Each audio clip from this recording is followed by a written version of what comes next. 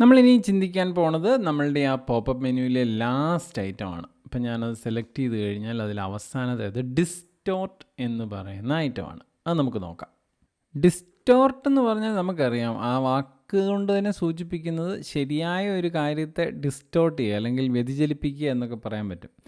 ഈ ഒരു അർത്ഥം തന്നെയാണ്. ഈ ഇമേജിനെ നമ്മളൊന്ന് മാറ്റാൻ പോവുകയാണ്, അല്ലെങ്കിൽ അതിനൊരു വ്യത്യാസം വരുത്താൻ പോവുകയാണ്. അപ്പം നമ്മളതിൽ ഡിസ്റ്റോർട്ട് ക്ലിക്ക് ചെയ്ത് കഴിഞ്ഞാൽ നിങ്ങൾക്ക് കാണാൻ പറ്റും കുറേ കൺട്രോൾ പോയിൻറ്റ്സ് ഇപ്പോൾ അവൈലബിളായി. കോർണറിലും ഉണ്ട്, എല്ലാ എഡ്ജിലും ഉണ്ട്. അപ്പം നിങ്ങൾക്ക് ചെയ്യാൻ പറ്റുന്നത് ഇനി ഏതെങ്കിലും ഈ കൺട്രോൾ പോയിൻ്റ് ഹോൾഡ് ചെയ്തുകൊണ്ട് നിങ്ങൾക്ക് ഇമേജിനെ അഡ്ജസ്റ്റ് ചെയ്യാൻ പറ്റും.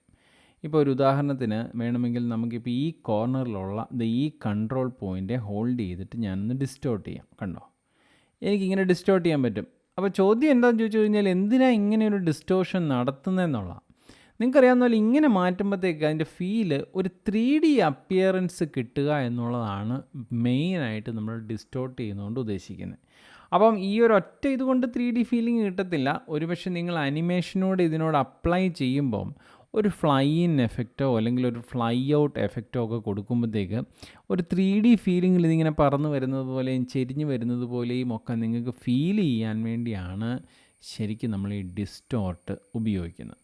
അപ്പോൾ ഈ ഒരു കൺട്രോൾ പോയിൻ്റിൽ ഇങ്ങനെ വരുത്തുന്നത് പോലെ നിങ്ങൾക്കറിയാം, ഈ ചുറ്റുവട്ടത്തുള്ള ഏത് കൺട്രോൾ പോയിൻറ്റിലും നിങ്ങൾക്ക് ഇതുപോലെ അഡ്ജസ്റ്റ് ചെയ്യാം. അങ്ങനെ അഡ്ജസ്റ്റ് ചെയ്യാം, ഫ്ലിപ്പ് ചെയ്യാം, തല തിരിച്ചിടാം. അപ്പോൾ ഇങ്ങനെ ഏത് രീതിയിലും നിങ്ങൾക്കിതിനെ അഡ്ജസ്റ്റ് ചെയ്യാൻ പറ്റും.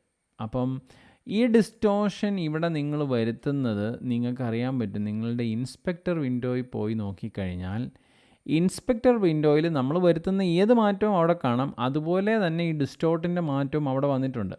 അപ്പോൾ ഈ ബോക്സിൽ നമ്മൾ വരുത്തുന്ന മാറ്റങ്ങളെ നമുക്ക് അഡ്ജസ്റ്റ് ചെയ്യാൻ പറ്റും. അവിടുത്തെ വാല്യൂ ഓരോന്നോരോന്ന് മാറ്റി കൊടുത്തു കഴിഞ്ഞാൽ നമ്മൾ വരുത്തിയ ഈ ആംഗിളും ഈ ചെരിവും എല്ലാം നമുക്ക് അഡ്ജസ്റ്റ് ചെയ്യാം. ഇനി ഡിസേബിൾ ചെയ്യണമെങ്കിൽ ഇതുണ്ട്, ആ ഡിസ്റ്റോർട്ട് എന്ന് പറയുന്ന ചെക്ക് ബോക്സ് അൺചെക്ക് ചെയ്ത് കഴിഞ്ഞാലോ ചെക്ക് ചെയ്താലോ ആ ഡിസ്റ്റോർട്ട് എന്ന് പറയുന്ന എഫക്റ്റ് നമുക്ക് വേണമെങ്കിൽ ഓണും ഓഫും ആക്കാനും പറ്റും. അപ്പോൾ ബേസിക്കലി ഡിസ്റ്റോർട്ട് എന്താണെന്ന് നിങ്ങൾക്ക് മനസ്സിലായെന്ന് വിചാരിക്കുന്നു. നമുക്ക് ഇനി വരുന്ന വീഡിയോകളിൽ ഇതിൻ്റെയൊക്കെ കുറച്ചുകൂടി ഒരു എഫക്റ്റ് കൂടെ ആഡ് ചെയ്യുമ്പോൾ, അനിമേഷനൂടെ ആഡ് ചെയ്ത് നമുക്ക് നോക്കാം.